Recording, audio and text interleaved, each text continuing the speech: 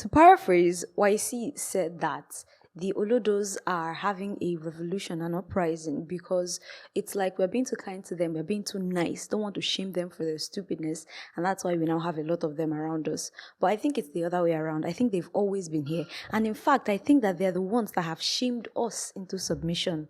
If you're amongst the Hello there, my name is Arizuru, as always, and I am the owner of this I Said It channel, and on this episode I'll be talking about the Olodo uprising and just basically my thoughts on it in general. I'll also give you a couple of things to go home with, a couple of things to help us really understand the situation and how it affects us as Nigerians, where we are going to from this point on. So basically the Olodos, as YC so dearly stated, are a particular set of people that are characterized by just living based off of vibes, living based off of their self-declared confidence, and because of how beautiful it seems, because of how much it deviates, how much their activities deviate from the norm of what is characterized normal, because of how bold they usually are. There's this huge following that they've managed to rack up, and it's giving them a lot of money. And as we all know in Nigeria, money moves a lot of things, right? And so when we think about this particular the way in which they gain their fame and how it also leads to money, as Nigerians, we are seeing this as another hustle, right? Nigerians are just seeing this as another means through which they can make money. So why not fully pursue this thing? Why not just enter this field and make a lot of money from it? Why should we not do that? Before I go into that, let me start with this. The Olodos have always been around us. Me in particular, when I was around a decade ago, much younger, I was around a bunch of people and they were doing something to an animal around me. And I found it so disheartening. And so I urged them to stop, and I said a particular word.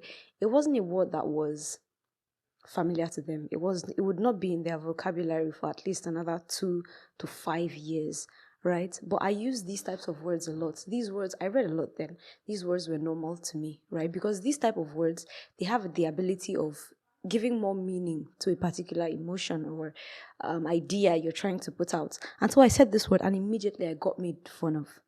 Immediately I got made fun of. They would repeat this word over and over again, mispronouncing it. And so at that point, I just sat and I thought, these people are actually stupid. And so I have to dumb myself down whenever I'm talking to this set of people, right? And so that was my first indication that there are people like this that exist, but sometimes because of how loud they are, because of how much they get away with, we let them get away with these things. And the brain, the thoughts that Nigerians are supposed to have, that are supposed to bring out positive ideas, positive results, have then been stifled in order to accommodate the Olodos, right? And so let's think about how this thing appears in various scenarios, both now and both in social situations, in economical situations, in serious situations, work situations, right? These things arise. For example, I was looking at a video the other day, and it was about how some people were talking about how they wouldn't wipe their asses or how they wouldn't clean it simply because it was too feminine. And it's like, let us be honest. Let us look at this thing from a proper standpoint. If you want to be a clean person, this is something you have to do. It's not like we are not shifting it into any social, like it's only a particular type of people that do this. The rest of the people don't do this. And so you are then permitted to not do that. Come on. That's a load of, it's nonsense. It's quite literally is nonsense. And so there are various other scenarios like this where we let these, simply because they sound confident, simply because they sound good, we let these ideas thrive. And so they've eaten into our society, especially in Nigeria, like this. And so let's move this forward, right? Why do we need to counteract this movement? Why do we need to, I want to say shame, but I've always had this belief that everybody, regardless of what it is that you're smart in, everybody has a reason as to why they believe in a certain thing, and for some reason it might help us in society. So I do not like to shame anybody, but why do we need to reduce, why do we need to not encourage this attitude of disregarding facts simply for vibes, right? Why do we encourage, the only word that's coming to mind is stupidness, right? But I don't want to use that word because, like I said, I don't like insulting people. But basically, Why do we not need this in this at this point in time? Let me give you an example before I proceed. In fact, I'll state it for a fact because we need to grow. We do not need the Olodos because as a society we need to grow. Take for example, the most extreme example I can give is that of China, right? They have complex exam systems and they have this exam, Gaokao exam, right? Once you score really high on that exam, you get to be placed in any position, not really any position, but a bottom level bottom rank level whatever in government, and then you slowly work your way up. You get your master's degree or whatever degree is necessary in that particular field you're working in. And so China has invested heavily in education, in research and development, in technology, into their economy. They've done these things and you can see the results in several different aspects of their country, right? You see it in how they've drastically reduced hunger. You see it in how they've improved the financial and economic health of the people in the country. And so this is because they've invested highly. Even their president, and I'm not justifying their system of government. Everybody will have their qualms about this. But even the leader of their country has a law degree. I think he has a master's in law. Right? And so it goes to show you how much thoughts that has to be how much thought has to be put into these things in order for it to thrive, right? And so imagine if we invested that much into our schools. In my last video, I made mention of how education may be declining, how what we think, how teaching in general may be declining and what that poses for the future. In my last video, I made mention of this and I pointed out that we need to invest more into making people smarter so that we can have more thoughts, so that we can have more growth, basically. Because imagine this, if the government was filled with people who did their masters and who got their PhDs, and we have people in finance, right, with the experience that they need. We have people in agriculture. We have people in our industry and works, the civil engineers, and we have all these people we are in a situation, in a niche, a hub of where like education and knowledge is encouraged. If we had these people, then we would see actual changes within the system itself.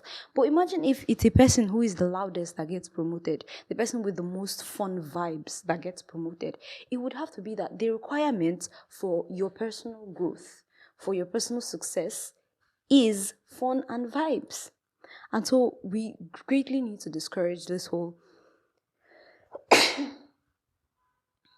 we need to discourage the whole uprising and think for ourselves and think about what we need to do in order to encourage thoughts and intellectualism and education so that we can grow, because it's extremely important. All right, that's it on my thoughts for this particular. I do have a couple more thoughts. I didn't write this down. It's impromptu, didn't do a lot of research, but I just had to say these things. I had to put down my thoughts on camera and I had to put this out there. So I genuinely hope I was able to leave you with something positive at the end of this video, because I don't like ending on the bad notes. I don't want to end that, oh, it's a bad thing and it's eating into our systems. I'd like to end on the note that if anything, if you've taken away anything from this video, it's that yes, it exists, but I'm so glad that it's so loud now that we see just how absurd it is. And I want you to understand that this thing is in more than just the short form content that people are putting out online, the misinformed opinions that people are using to sway the opinions of others. It's in more than just that. It's in our systems, it's in our social life, like the people you see day to day.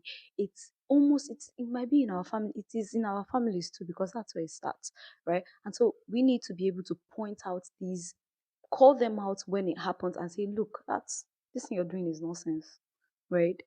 And so when we cut that off and we get to a stage where we have more of a society that thrives based off of encouraging thoughts, encouraging being intelligent, encouraging wisdom, and I'm not talking about this if they slap me, if you slap me, I go slap you back type of wisdom. No. Something that is based on facts, something that is grounded in values and would have actual positive, like effect or results on the economy, on other people. Like, be nice, right? But be smart about it. If we encourage this, we would overall get to see a society and a system that grows and is just better. So that's where I'll end this video. Thank you for watching. Please like and subscribe if you liked it. I'd also like you to leave a couple of comments if you have any thoughts on anything I've said so far. Please do share. Let's discuss. I'll see you on the next one. Bye.